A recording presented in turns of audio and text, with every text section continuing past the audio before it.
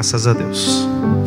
Muito bem. Se alguém quiser adquirir a revista da IBD, dê um sinalzinho aí com a sua mão.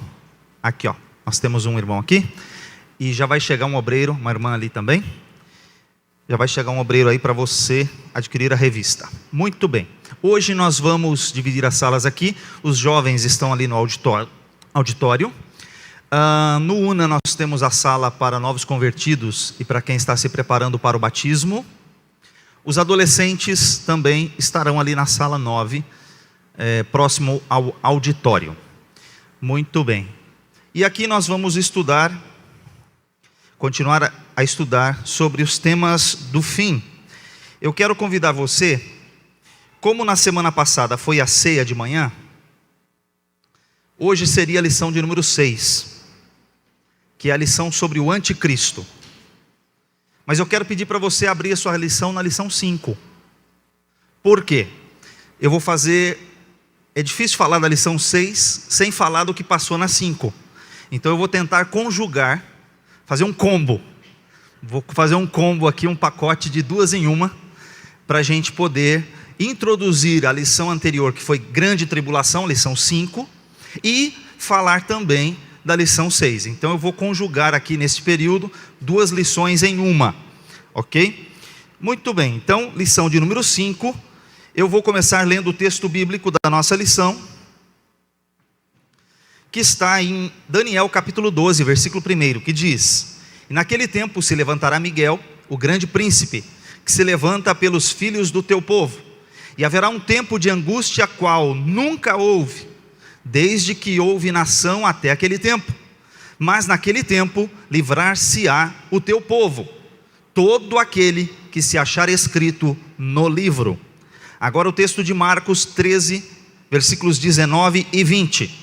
Porque naqueles dias haverá uma grande aflição, qual nunca houve desde o princípio da criação, que Deus criou até agora, nem jamais haverá. E se o Senhor não abreviasse aqueles dias, nenhuma carne se salvaria, mas por causa dos escolhidos que escolheu, abreviou aqueles dias. E agora um salto lá em Apocalipse 16, versículos 1 a 4.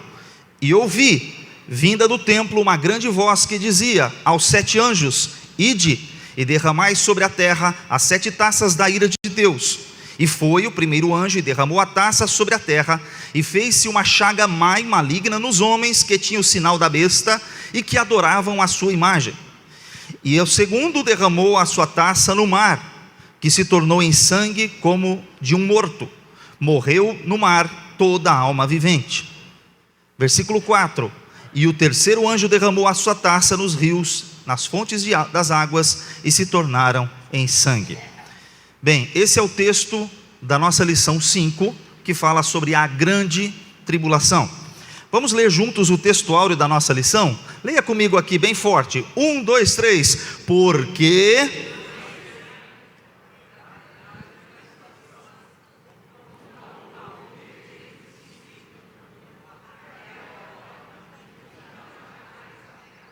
Desculpa, eu esqueci de avisar que eu pus uma versão diferente na tela. Desculpa. Por que eu pus essa versão? Na sua versão diz grande aflição, certo? Na sua versão Almeida Revista e Corrigida diz: porque haverá grande aflição. Eu peguei a nova Almeida Atualizada. Por quê? O tema da lição é sobre grande tribulação. Então repitam comigo todos juntos aqui na tela. 1, 2, 3. Porque nesse tempo...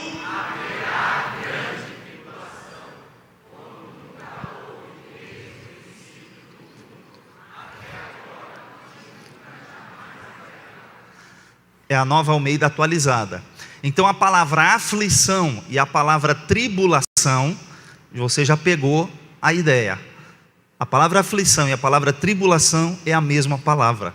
Às vezes você está lendo o texto, você não se depara com a palavra tribulação, você se depara com a palavra aflição. Mas esta palavra no grego é a mesma palavra. Então aqui, para auxiliar no propósito da nossa lição, eu escolhi essa versão que nos ajuda a compreender que Mateus também reforçou: haverá uma grande tribulação. Os textos que nós lemos aqui de Marcos, de Mateus, de Apocalipse, estão falando sobre um tempo qual nunca houve na história da humanidade. Então, eu vou começar nessa introdução, passar para você a pequena diferença entre tribulações que passamos na nossa vida diária e a grande tribulação. Então repare, por exemplo, este texto. Vamos juntos. Falei estas coisas para que em mim, no mundo,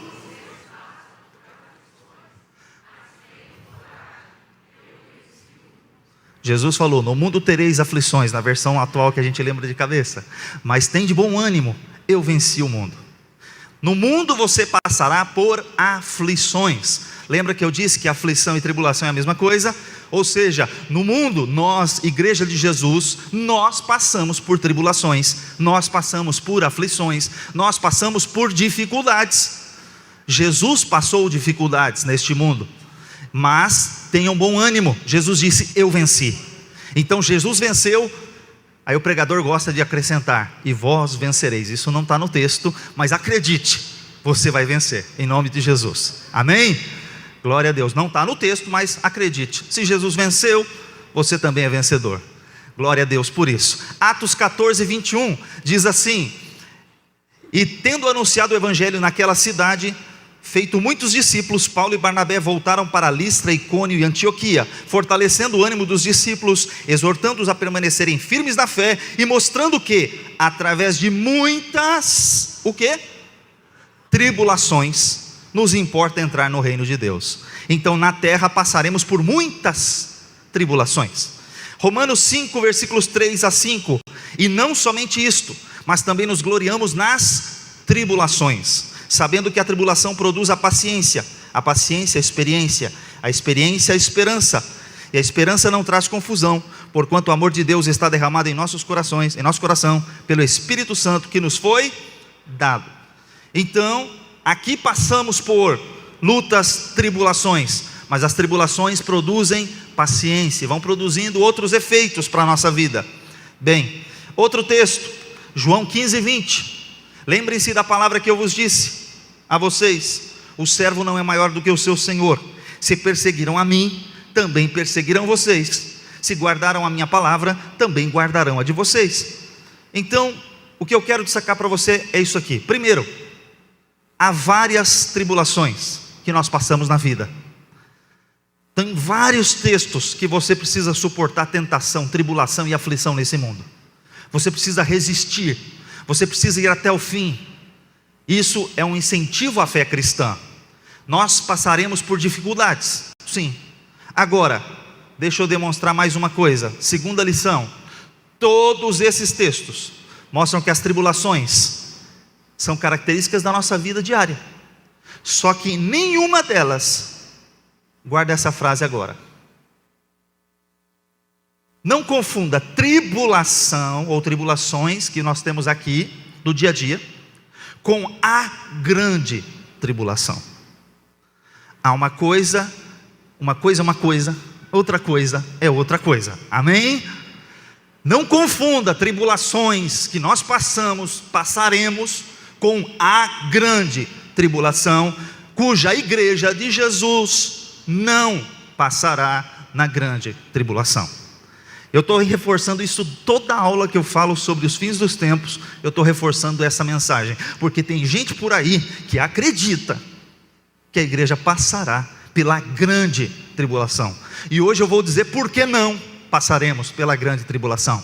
Apesar de termos tribulações no dia a dia, na nossa vida diária, a grande tribulação tem um propósito específico de Deus para com a humanidade.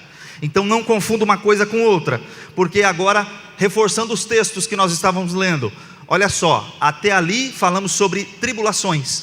Agora presta atenção nesse texto, porque nesse tempo haverá grande tribulação, como nunca houve desde o princípio do mundo até agora, e jamais haverá. Veja, a grande tribulação é um período inigualável. Ele é diferente de tudo que já aconteceu no mundo. Ele está falando, já houve tribulação.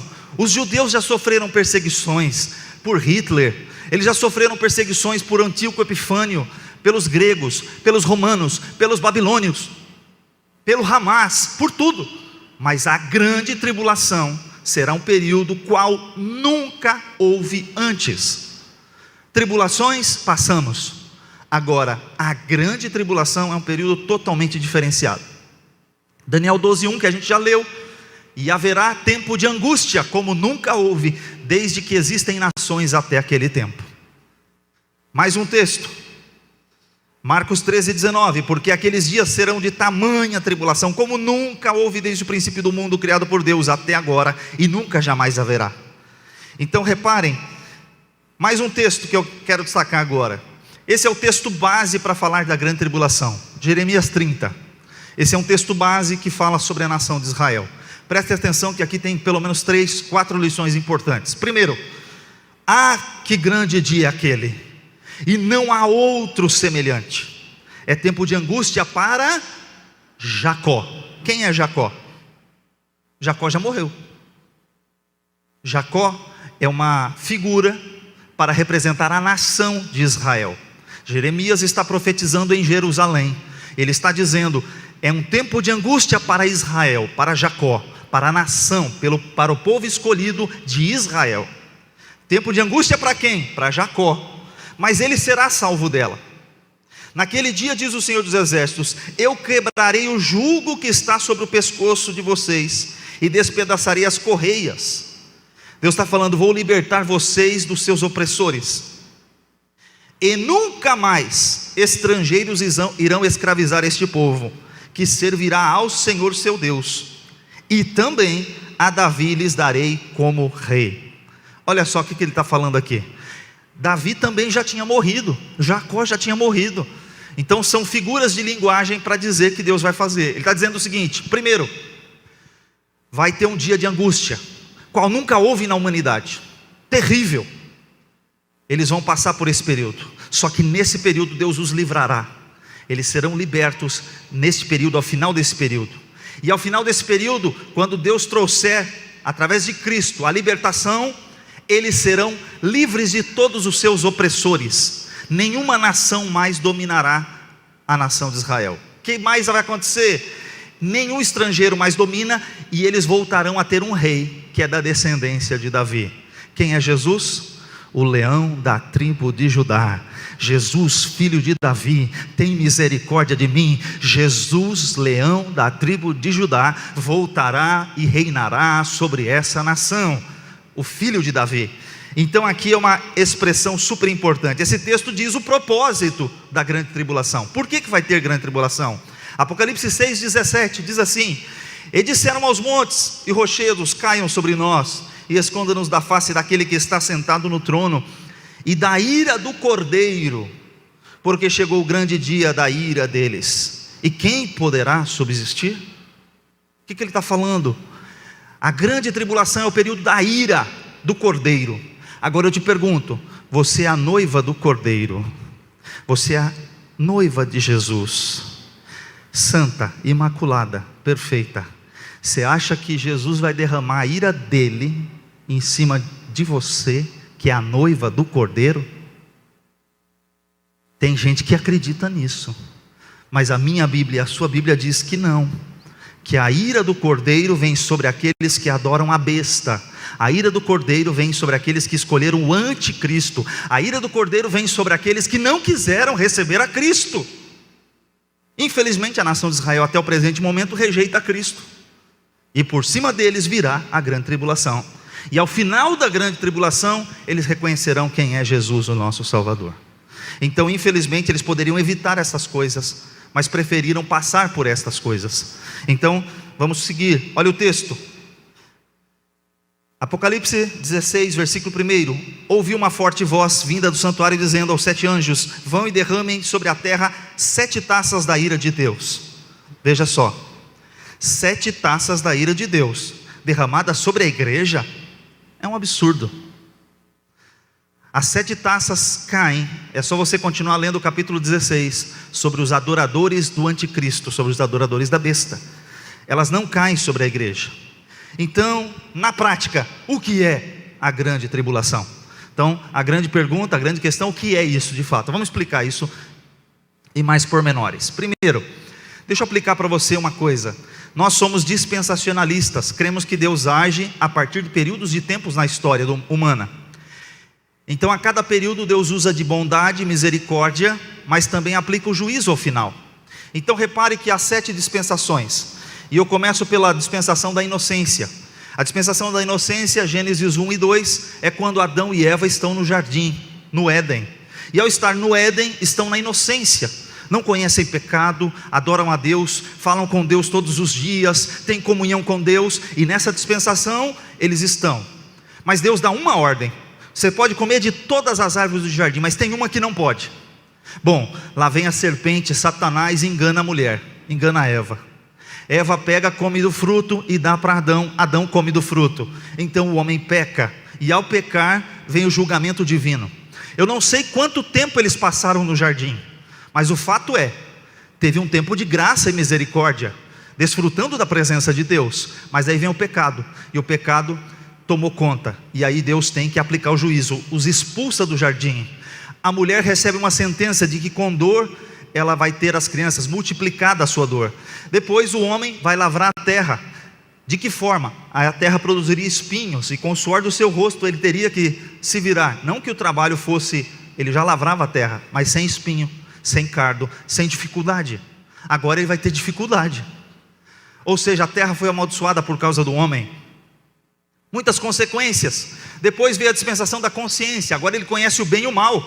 Então o ser humano conhecendo o bem e o mal, vem a dispensação da consciência. Na dispensação da consciência, nós temos aqui o ser humano sabendo o que é certo, o que é errado, agora desfrutando do pecado na sua carne. E aí essa dispensação vai até o dilúvio, ou seja, Gênesis 8, quando por um período de muitos anos, milhares de anos, se você somar as idades das pessoas que viviam nessa época, você verá que eles viveram mais de 1000 anos, com certeza. E aí, não as pessoas vivendo, mas o período que eu quero me referir. Matusalém teve 969. Então, se você pega um homem com 969 e os anteriores a ele e os posteriores a ele, até chegar em Noé, você calcula ali muitos milhares de anos. Só que tem um detalhe: foi um período de graça, viveram, Deus deixou. Só que aí os homens se corromperam. E aí então vem o julgamento, que é o dilúvio. E o dilúvio é o período de julgamento dentro da segunda dispensação. O governo humano, uma vez estabelecida a nação, agora começam os descendentes de Noé a estabelecer-se nas regiões. Eles popularam Sem, Cão, Jafé, popularam a Europa, popularam a África, popularam o mundo conhecido de então. E aí começaram a se organizar como nação. Mas eles falavam uma língua só e nos seus intentos decidiram construir uma torre para afrontar a Deus, a Torre de Babel. E aí vem o que Deus traz, a confusão das línguas. O julgamento é a confusão das línguas. Aí você tem o período em que os patriarcas, Abraão, a partir de Gênesis capítulo 11, capítulo 12, começa a história de Abraão, os patriarcas. E os patriarcas vão se desenrolando no seu desenvolvimento, e os patriarcas ensinam agora a fé, a sua descendência. Mas eles não souberam também nesse período aproveitar, passaram mais ou menos 400 anos no Egito, e depois Deus vem e julga o Egito, lançando 10 pragas e retirando eles com mão forte do Egito. Começa a quinta dispensação, que é a dispensação da lei. A lei durou mais de 2000 anos, até chegar em Jesus, a lei de Moisés, lá no Monte Sinai. E eles tiveram um período em que eles obedeciam a lei de Deus, podiam obedecer e serem abençoados, mas o que aconteceu? Eles também falharam. E aí vem Jesus na cruz, morre por todos nós e nos resgata, iniciando a dispensação da graça, na qual estamos agora. Estamos debaixo da graça de Deus. Mas só que tem um detalhe: já passa de 2000 anos que Jesus morreu, que a igreja de Jesus está aqui. Estamos debaixo da graça, podemos pregar o evangelho, podemos falar de Jesus, temos liberdade aqui no Brasil, pelo menos temos ainda, graças a Deus, amém? Tem alguém tentando cortar nossa liberdade, mas ainda temos. Mas graças a Deus pregamos o evangelho, falamos abertamente. Agora tem um detalhe: qual será o julgamento da dispensação da graça? A grande tribulação. A grande tribulação é o período de julgamento dentro da dispensação da graça. Então a igreja, ao ser arrebatada, começa a grande tribulação. E a última dispensação é o milênio. Depois de 1000 anos, com o reinado de Cristo, na sua segunda vinda, vai ter um julgamento que se chama juízo do trono branco, juízo final. E aí, novo céu e nova terra. Bem, agora, por quê? O porquê da grande tribulação? Qual a razão, motivo dela existir? Por que terá que acontecer isso? Primeiro propósito é encerrar o tempo dos gentios. Lá em Lucas capítulo 21, 24, o tempo dos gentios é o tempo em que os gentios, os estrangeiros, o povo que não é povo de Deus, domina sobre a terra. Os governos humanos dominam sobre a terra. É esse o tempo em que todos os governos, nós vamos ver isso aqui ilustrado na estátua de Nabucodonosor, quando ele tem o sonho. Você vê nos animais de Daniel capítulo 7, ele destacando Babilônia, ele vai destacando o Império Grego, Medo-Persa, Grego, Romano, os impérios mundiais, humanos. Então ele vai destacando cada império mundial. Esse é o primeiro propósito, porque depois no final haverá o reino de Cristo. Segundo propósito é preparar Israel para o reino do Messias. Ou seja, Israel precisa aceitar a Cristo. Afinal de contas, ele é um povo eleito. Afinal de contas, Deus fez uma promessa a Abraão. As promessas de Deus são irrevogáveis. O remanescente será salvo. Mas como ele será salvo? Bem, já ouviu aquele ditado: quem não vem por amor, vem pela dor? Às vezes a pessoa prefere escolher a parte difícil.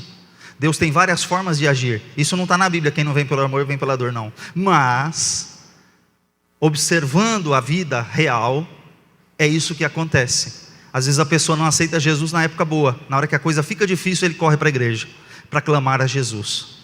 Então, esse motivo, ela será usada para preparar. A grande tribulação não é propósito dela purgar a igreja. Vou purgar minha igreja, vou purificar minha igreja, vou resolver o problema da minha... Peraí, não confunda a igreja. Gostei muito dessa frase do pastor Ronald Gustavo. Não confunda a igreja CNPJ, a igreja organização, com a igreja organismo vivo. A igreja de Cristo, a noiva do Cordeiro, é pura, é imaculada, é perfeita. A igreja CNPJ, a igreja organização tem defeitos e falhas, porque nós somos falhos. Mas a igreja de Jesus, que Ele comprou e resgatou com seu próprio sangue, essa igreja é perfeita. Essa é a noiva, que não tem mácula, que não tem ruga, não tem coisa semelhante. A noiva do Cordeiro é perfeita. Agora o CNPJ, se você sai daqui e vai para um outro lugar, tem defeito lá. Se você sair desse outro lugar e ir para outro lugar, tem defeito lá. Por quê? Porque o CNPJ, a organização, é composta por seres humanos como nós, falhos. Então não confunda o CNPJ, a instituição, com a igreja verdadeira de Cristo, que é composta pela união de todos os salvos, de todos os remidos, de todas as igrejas. Amém? E muito menos a grande tribulação serve para disciplinar a igreja de Jesus. Então, quando vai ser esse negócio de grande tribulação? Quando acontece ela? Bem, a gente começa dizendo que é depois do arrebatamento da igreja. Veja só, nós estamos aqui na era da igreja, essa parte da cruz até o arrebatamento. Aqui, ao ser arrebatada a igreja, e aí eu usei uma expressão interessante ontem com os jovens, já estamos há mais ou menos 2000 anos no período da graça, na era da igreja. 2000 anos de graça, Deus usará apenas 7 anos para julgar. Você lembra do texto? Eu julgo a maldade dos pais nos filhos até a 3ª e 4ª geração, mas uso de beneficência até 1000 gerações, daqueles que me amam, daqueles que me obedecem. Veja, Deus julga até a 3ª e 4ª geração. Parece até longa a 3ª e 4ª geração, mas você falar de 1000 gerações de bênção, ou seja, a bênção é muito maior que o julgamento. Já estamos na graça há mais de 2000 anos, e o julgamento serão apenas 7 anos, porque Deus é bom, porque está escrito aqui, a gente leu, se aqueles dias não fossem abreviados, nenhuma carne se salvaria na grande tribulação. Ainda haverá esperança na grande tribulação, mas eu quero te dizer que é melhor você ir na primeira fase, é melhor você subir no arrebatamento. Não fique esperando a segunda chamada, a repescagem, esse negócio não vai dar certo. Se eu fosse você, eu ficava firme com Jesus para ir na primeira. Esse negócio de ir na segunda, tem uma segunda chance, o pastor falou que vai ter salvação na grande tribulação, porque se aqueles dias não fossem abreviados, nenhuma carne se salvaria. Então a abreviação são 7 anos, você quer aguentar 7 anos de anticristo na tua costa? Melhor não. Na prática não serão 7 de anticristo terrível. 3 anos e meio ele vai brincar de bonzinho, ele vai fingir de gente boa. Nos últimos 3 anos e meio ele vira o capeta, é fato. Então nos últimos 3 anos e meio ele vai mostrar as suas garras, mas apesar disso é melhor a gente subir no arrebatamento. Então a grande tribulação, o período que eu estou falando, é logo após o arrebatamento. Então repare que você vai encontrar termos na Bíblia como 1260 dias, que dá 3 anos e meio. Divide 1260 por 30, você encontra 3 anos e meio. 42 meses é um período de 3 anos e meio. Você vai encontrar tempo, metade de um tempo, são 3 anos e meio. Quando você estiver lendo a Bíblia, você vai encontrar períodos de 3,5, 3,5, 3,5, 3,5, porque ele está falando do primeiro e do segundo período. A primeira parte da grande tribulação, a segunda parte da grande tribulação. Alguns vão chamar a primeira parte de tribulação, para ficar mais suave, e a segunda parte de grande tribulação. Eu prefiro falar que tudo é grande tribulação, porque confunde menos, porque é uma semana de anos, começa a contagem daquilo que chamamos de grande tribulação. Apesar dos 3 anos e meio ser mais suaves, e eles só intensificarem no final, eu prefiro chamar de um período só. Então, como eu disse para vocês, 3 anos e meio de falsa paz, tipo verdinho, e 3 anos e meio, a coisa fica complicada. Esse é o período que a gente fala da grande tribulação. Bem, aí os textos que a gente vai encontrar na Bíblia, por exemplo, Apocalipse 11, versículos 2 e 3. Deixa o átrio que está fora do templo e não meças, porque foi dado às nações, e pisarão a cidade santa por 42 meses. Faz a conta, 3 anos e meio. E darei poder às minhas 2 testemunhas, que é a próxima aula, e profetizarão por 1260 dias. Não vou falar de testemunhas hoje, elas terão 3 anos e meio para pregar. Aí quando você pula, você vai para a segunda parte aqui, Apocalipse 12. E a mulher fugiu para o deserto, onde tinha um lugar preparado por Deus, para que ali fosse alimentada durante 1260 dias, 3 anos e meio. E foram dadas à mulher 2 asas de águia, para que voasse para o deserto, o seu lugar, onde será sustentada por um tempo, tempos, metade de um tempo, fora da vista da serpente, ou do dragão. Também você faz a conta, são 3 anos e meio. Então você tem a primeira parte da pregação das 2 testemunhas, que será na aula que vem, e você tem a segunda parte, onde a mulher é guardada por 1260 dias, tempo, metade de um tempo.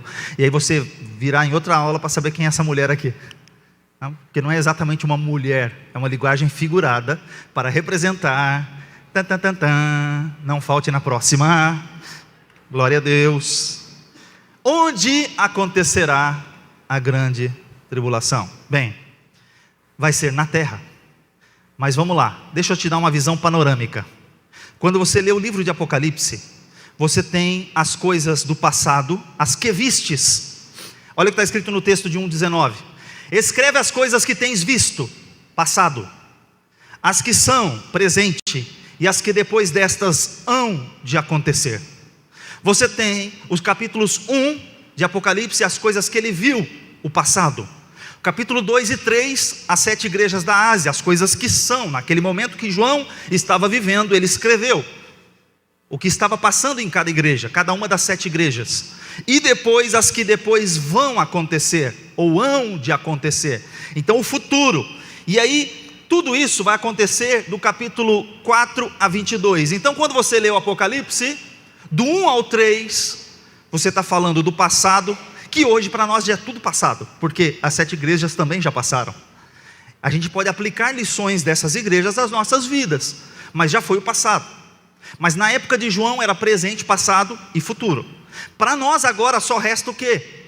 Capítulo 4 até o capítulo 22, que são o futuro. E só para te dar uma panorâmica, Deixa eu começar a mostrar para você aqui rapidinho. As coisas que vistes, capítulo 1, ele viu Cristo glorificado, seus olhos como chama de fogo, seus cabelos brancos como a lã, seus pés como latão reluzente. Ele viu um Jesus maravilhoso. Depois, ele viu as 7 igrejas da Ásia, as coisas que são, capítulo 2 e 3. Então ele fala sobre aquilo que ele viu.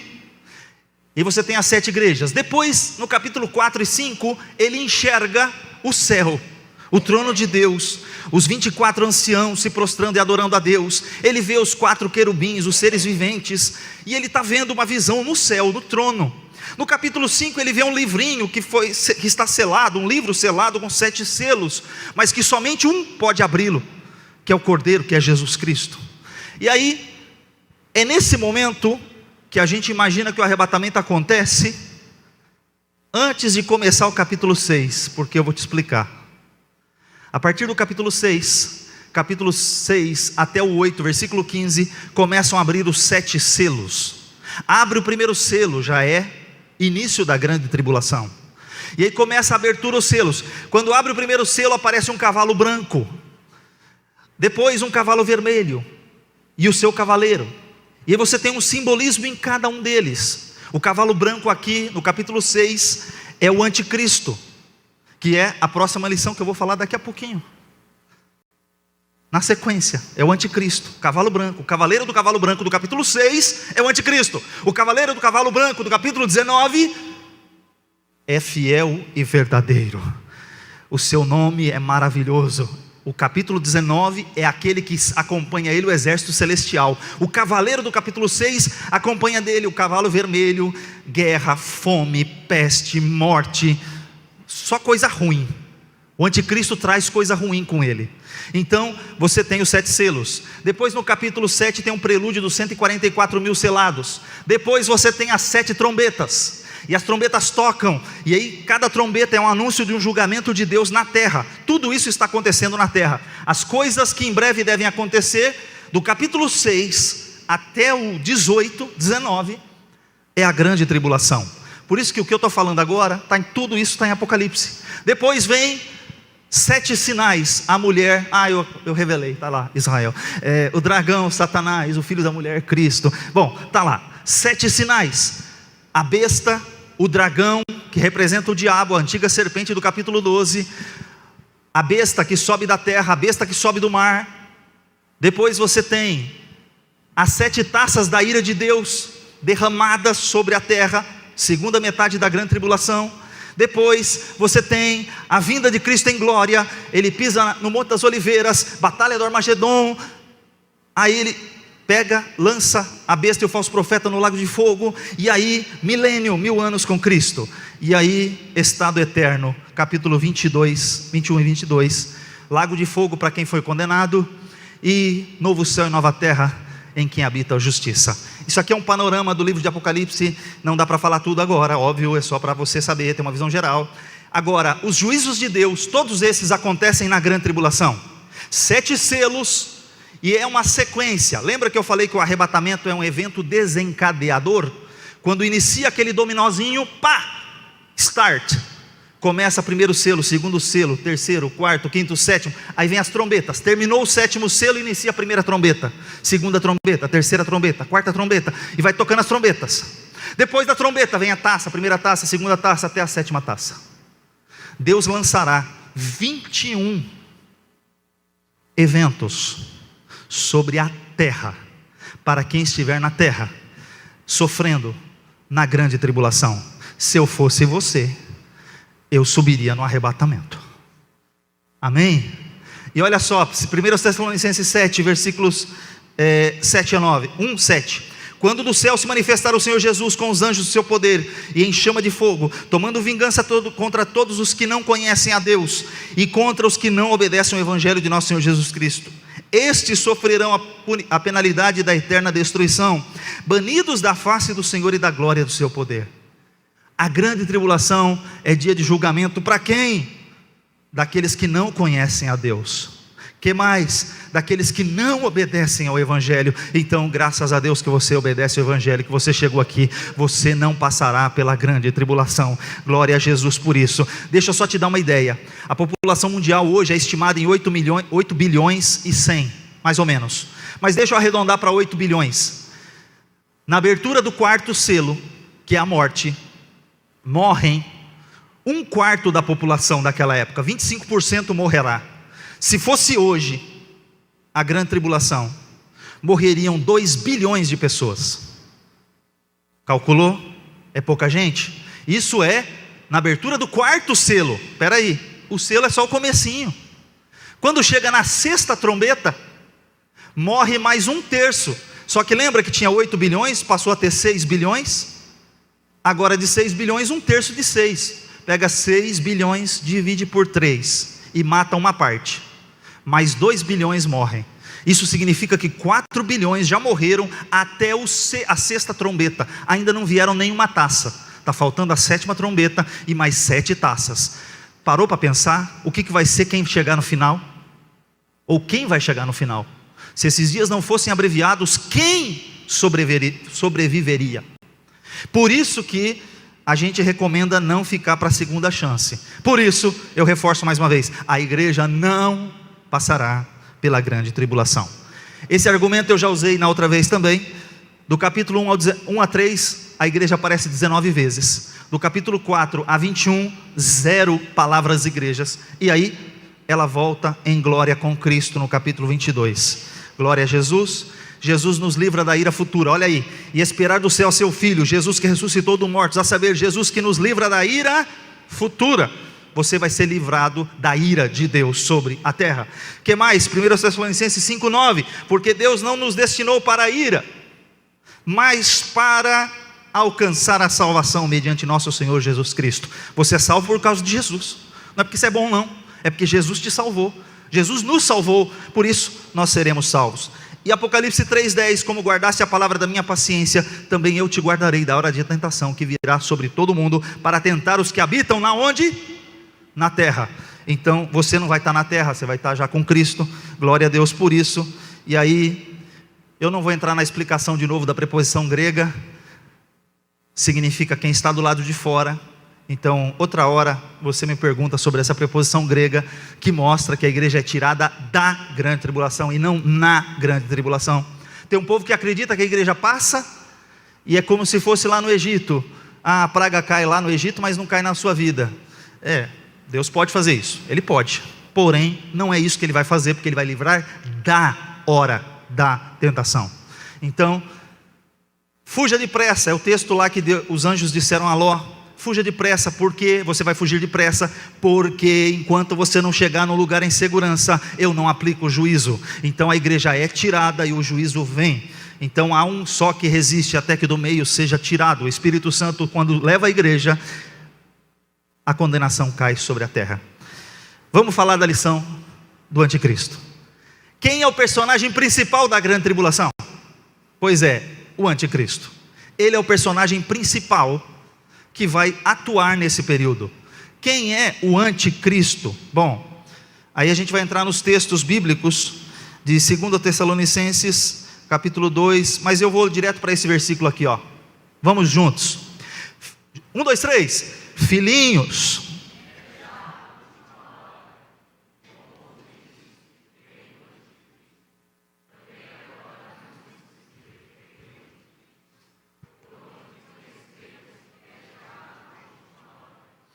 olha só, na história da humanidade apareceram muitas pessoas candidatas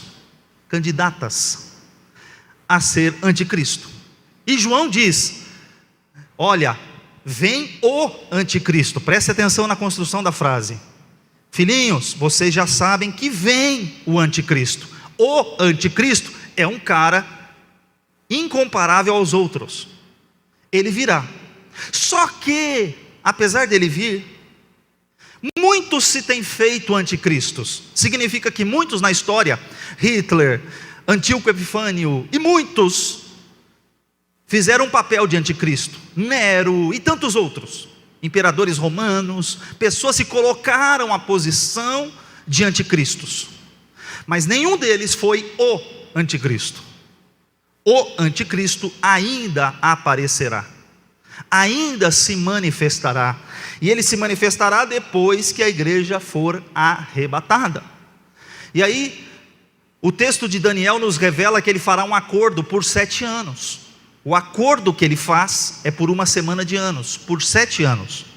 O acordo que ele fará de paz vai proporcionar muitas coisas. Por isso que a gente diz que é um período, esse texto que a gente vai ler agora, é um período de relativa paz. Olha o que está escrito: e ele firmará um concerto aqui é acordo, com muitos por 1 semana de anos, 7 anos, e na metade da semana, 3 anos e meio, fará cessar o sacrifício e a oferta de manjares, e sobre a asa das abominações virá o assolador, e isto até a consumação, e o que está determinado será derramado sobre o assolador. Ele fará um acordo por 7 anos, mas ele romperá a cláusula do contrato quando completar-se 3 anos e meio, na metade da semana. Ao completar-se 1260 dias, ao completar-se tempo, metade de um tempo, ao completar-se 42 meses, ele rompe o acordo. Como que ele rompe o acordo? Ele rompe o acordo entrando, aí Jesus disse que o anticristo não tinha vindo. Observe esse texto de Jesus: e será pregado o evangelho do reino, Mateus 24, 14 a 16. Será pregado o evangelho do reino por todo o mundo, por testemunho a todas as nações, e então virá o fim. Quando pois virdes a abominação, desolação, de que falou o profeta Daniel, no lugar santo, quem lê entenda, então os que estiverem na Judéia, fujam para os montes. Mateus 24 é o sermão escatológico de Jesus. No sermão escatológico de Jesus, ele está falando da grande tribulação. Só que ele está falando que a desolação, o assolador, no lugar santo. O texto de Tessalonicenses mostra que o anticristo vai entrar dentro do templo, querendo ser adorado como Deus. Alguns imperadores, alguns governantes fizeram isso na história da humanidade, mas nenhum deles, segundo Jesus, era o anticristo. Só que o anticristo entrará no templo, e agora eu te pergunto, cadê o templo? Por um acaso é esse que fica na Celso Garcia? Não é o que fica na Celso Garcia, o templo de Salomão, não é este. Será reconstruído um templo em Jerusalém. Na próxima lição, nós veremos a pregação das testemunhas. Pressupõe-se que há um templo. Hoje, os judeus oram atrás de um muro. Cadê o templo? Não tem templo, tem muro. O anticristo faz um acordo de paz. O que você acha? Fez um acordo bem bom de paz. Por quê? Para permitir a reconstrução do templo. Presta atenção, ele vai arrumar uma briga com o mundo inteiro islâmico. Imagina permitir reconstruir o templo onde está hoje o templo, o Domo da Rocha. O cara tem que ser bom para conseguir um acordo de paz a ponto de permitir a construção de um templo judaico num território que hoje é comandado por muçulmanos, e que hoje a maior parte esmagadora dos países que vivem em torno de Israel são islâmicos, são muçulmanos. Então presta atenção, vai existir um templo, e não é linguagem figurada. Para existir um templo tem que ter um acordo de paz muito bom. Só que uma vez que o templo está construído, aleluia, judeu está falando, esse cara é o cara, esse cara com certeza deve ser o Cristo, porque ele fez o acordo, reconstruímos o nosso templo, e quando todo mundo estiver achando que ele é o Cristo, esse cabra entra lá dentro do templo e fala assim: agora vocês vão me adorar. Epa! Aí o judeu fala: peraí, até construir o templo, fazer o acordo de paz, tudo bem, mas adorar esse cara aí, Aí o pau come. Aí traduzindo, é aí que se rompe o acordo de paz. E o acordo de paz se rompe, e aí agora o bonzinho, o amiguinho que permitiu a reconstrução vira o inimigo. E ao virar o inimigo, toda a força dele se volta contra aqueles que se levantam contra ele. E todo mundo que falar contra ele, passa na faca. Então, traduzindo, vai ser um tempo terrível, porque vai se manifestar em Tessalonicenses 2:3, o homem do pecado, o filho da perdição. Só que ninguém se engane, tá? Olha o texto: ninguém de maneira nenhuma vos engane, porque não será assim sem que antes venha a apostasia, o afastamento da fé, e se manifeste o homem do pecado, o filho da perdição. Então ele virá. Deixa eu apresentar para você ele no livro de Daniel. Quem é o anticristo no livro de Daniel? Ele é apresentado para nós como o chifre pequeno. Chifre na Bíblia é símbolo de poder. Ele se levanta como quem não quer nada, né? Derrubando um aqui, derrubando outro ali. Ele é chamado no capítulo 8, no versículo 23, de rei feroz. Já era um chifre pequeno, agora já é um rei feroz. Está vendo? Já vai mostrando as garras. Depois ele é chamado de o príncipe que há de vir. Depois ele é chamado de o assolador. Assolador é quem assola, destrói, destruidor. Depois ele é chamado de homem vil, sem escrúpulo, sem moral. Depois ele é chamado de o rei obstinado. Então, imagina que com esses adjetivos, esse cara não deve ser gente boa não, né? Aí quando você olha para a estátua em Daniel, ele vai mostrar o seguinte: o Império Babilônico, o Medo-Persa, e os dedos aqui da estátua, ferro misturado com barro, representa o governo do anticristo. Esse animal esquisito, que não tinha uma descrição, e por isso ele é esquisito, ele tem 10 chifres, são 10 nações, 10 poderes, 10 dedos. Há um paralelo aqui entre Daniel capítulo 2 e Daniel capítulo 7, mas ambos mostram o reinado do anticristo durante 7 anos. E aí o que vai acontecer? Vamos agora falar sobre o que acontece no Apocalipse.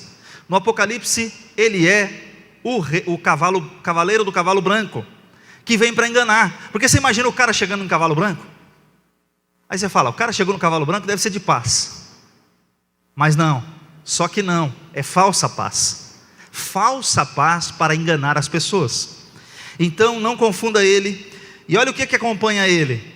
Acompanha sangue, fome e morte. Os cavalos vermelho, o cavalo preto e o cavalo amarelo.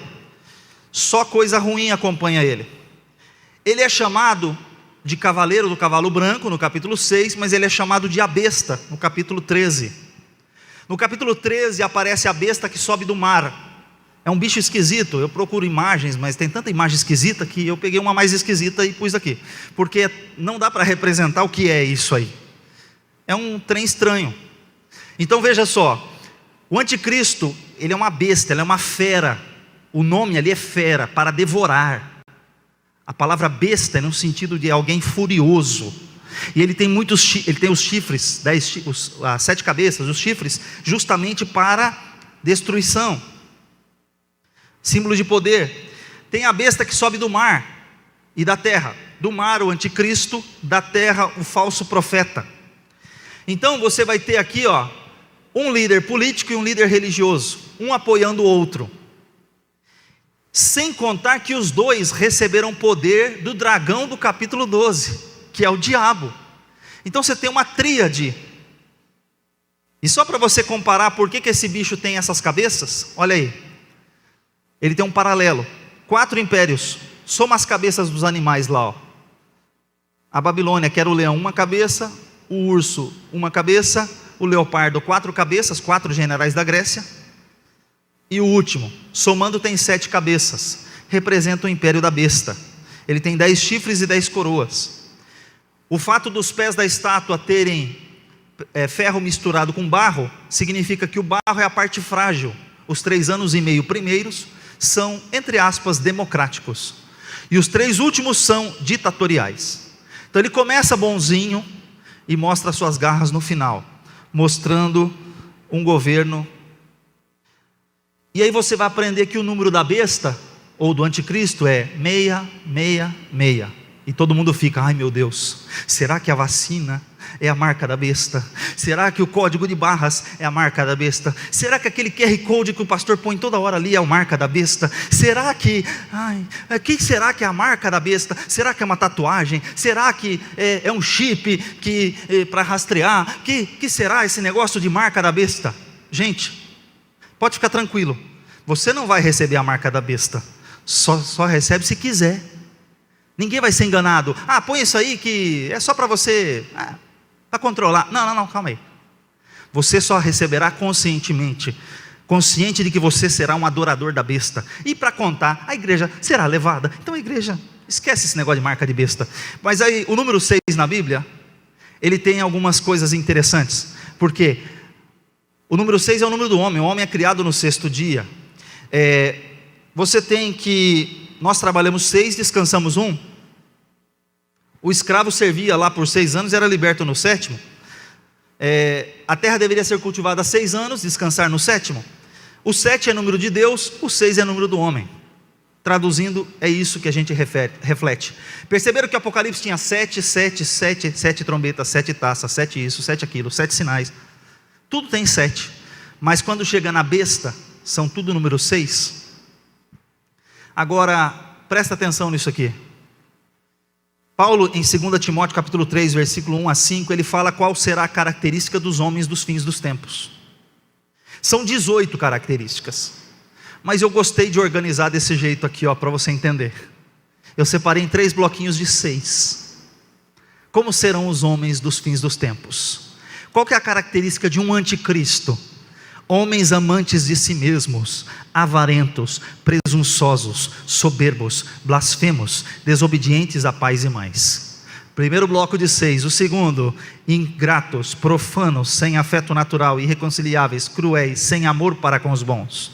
Terceiro bloco, traidores, obstinados, orgulhosos, amantes dos deleites, aparência de piedade, mas nega a eficácia. Aqui você tem uma característica de como vai ser um anticristo. Se você tem alguma dessas características aqui, vai clamando, vem na quarta-feira para você ter o fruto do Espírito, vai buscando o Senhor para eliminar essas coisas que não prestam e deixar que o Espírito Santo haja na sua vida para remover tudo isso aqui, que isso aqui é dos homens dos últimos tempos. Olha só, Apocalipse 13:5, a besta significa ao anticristo, foi dada uma boca para falar palavras arrogantes, blasfemas, eles foi dada autoridade para agir durante 42 meses. Quando ela começa a agir, se manifestando suas garras, é dado à besta 42 meses, 3 anos e meio. Mais um texto, foi-lhe dado o poder para guerrear contra os santos e vencê-los. Foi-lhe dada autoridade sobre toda a tribo, povo, língua, nação, sobre todos os habitantes da terra, adorarão a besta, a saber, todos aqueles que não tiveram seus nomes escritos no livro da vida do Cordeiro, que foi morto desde a criação do mundo. Veja só, eu disse que vai ter segunda chance. Quem são esses santos que serão vencidos pela besta? É quem ficou. O que é ser vencido, derrotado? É ser morto. Deus não guardará as pessoas que estiverem na grande tribulação. Eles serão perseguidos pela besta e serão mortos pela besta, e não tem conversa. A salvação é em Cristo. Só que a perseguição para quem ficar na grande tribulação não tem choro, não tem vela, não tem nada que vai amenizar a situação. Porque ao anticristo será dada autoridade, e a autoridade que ele tem é para perseguir, e ele vai fazer isso. E aí, esse texto, aí você vai encontrar em Apocalipse 7, uma multidão de mártires da grande tribulação. O texto diz lá, quem são estes que estão de brancos vestidos? Aí o João escuta a explicação, estes são os que vieram da grande tribulação, foram mortos, sofreram, mas resistiram e chegaram aqui. Apesar da morte física ser ruim, todavia a salvação é em Cristo. Então essas pessoas que morrerem durante a grande tribulação, na perseguição da besta, eles ainda assim, se estiverem com Cristo, serão salvos depois. O único problema é que vão sofrer essa grande perseguição. E aí o que acontece com a segunda besta que sobe da terra? Então vi outra besta que sai da terra, com 2 chifres, como cordeiro, mas que falava como dragão. Então parece um cordeirinho, gente boa, mas fala como dragão. Exercia toda a autoridade da primeira besta, do anticristo, e em nome dela fazia a terra e os seus habitantes adorarem a primeira besta, cujo ferimento mortal havia sido curado. E aí olha o que acontece, e essa besta realizava sinais, grandes sinais, chegando a fazer descer fogo do céu à terra, à vista dos homens, por causa dos sinais que lhe fora permitido realizar em nome da primeira besta. Enganou os habitantes da terra. Ordenou-lhes que fizessem uma imagem em honra à besta que fora ferida pela espada e contudo revivera. Então o falso profeta, que é a besta que sobe da terra, vai fazer o povo adorar o líder político, o anticristo. Vai levar as pessoas a adorar, vai criar uma imagem, vai pedir que as pessoas o adorem. Agora deixa eu apresentar para você a trindade do mal. Presta atenção. Apocalipse 16:13. Então vi saírem da boca do dragão, da boca da besta e da boca do falso profeta 3 espíritos imundos semelhantes a rãs. É isso aqui, ó. O dragão, ele quer ser Deus. É o diabo. Ele é um antideus. Você tem o anticristo, que é um anticristo. Captou? E tem a besta que sobe do mar, que é o falso profeta, que é o anti-espírito. É um espírito do engano. Então eles vão formar uma tríade para enganar as pessoas. O dragão, que é o diabo, passa o poder às bestas para enganarem as pessoas que estiverem na grande tribulação. Bem, líder espiritual, político e religioso. Só que tem um detalhe: vai ficar barato isso aí? Não. Deus não está dormindo no trono. E ouvi uma voz forte que vinha do santuário dizendo, lá de cima: vão derramar sobre a terra 7 taças da ira de Deus. O primeiro anjo derramou a sua taça pela terra, e abriram-se feridas malignas e dolorosas. Em quem? Naqueles que tinham a marca da besta e adoravam a sua imagem. Nenhum adorador da besta vai passar impune. Eles perseguiram quem morreu na grande tribulação, mas virá sobre eles a ira de Deus. E a gente chega na conclusão dessa lição, para eu te dizer uma coisa. Na profecia de Daniel, essa estátua representa todos os reinos dos homens, dos gentios e do mundo, mas a pedra que foi cortada, a pedra que é Cristo, a rocha que é Cristo, vencerá todos eles, e essa estátua e esse reino vai cair em nome de Jesus, vai atingir a estátua, e o reino de Cristo vai se reerguer no milênio para a glória de Deus. E aí eu quero que você leia esse versículo comigo bem forte, 1, 2, 3, e vi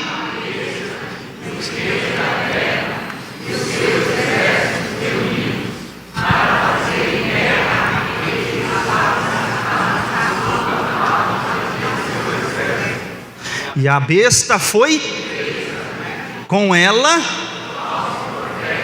que diante dela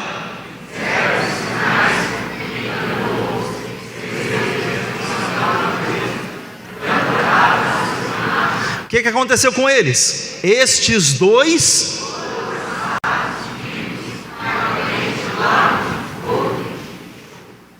todos eles serão derrotados e lançados no lago de fogo.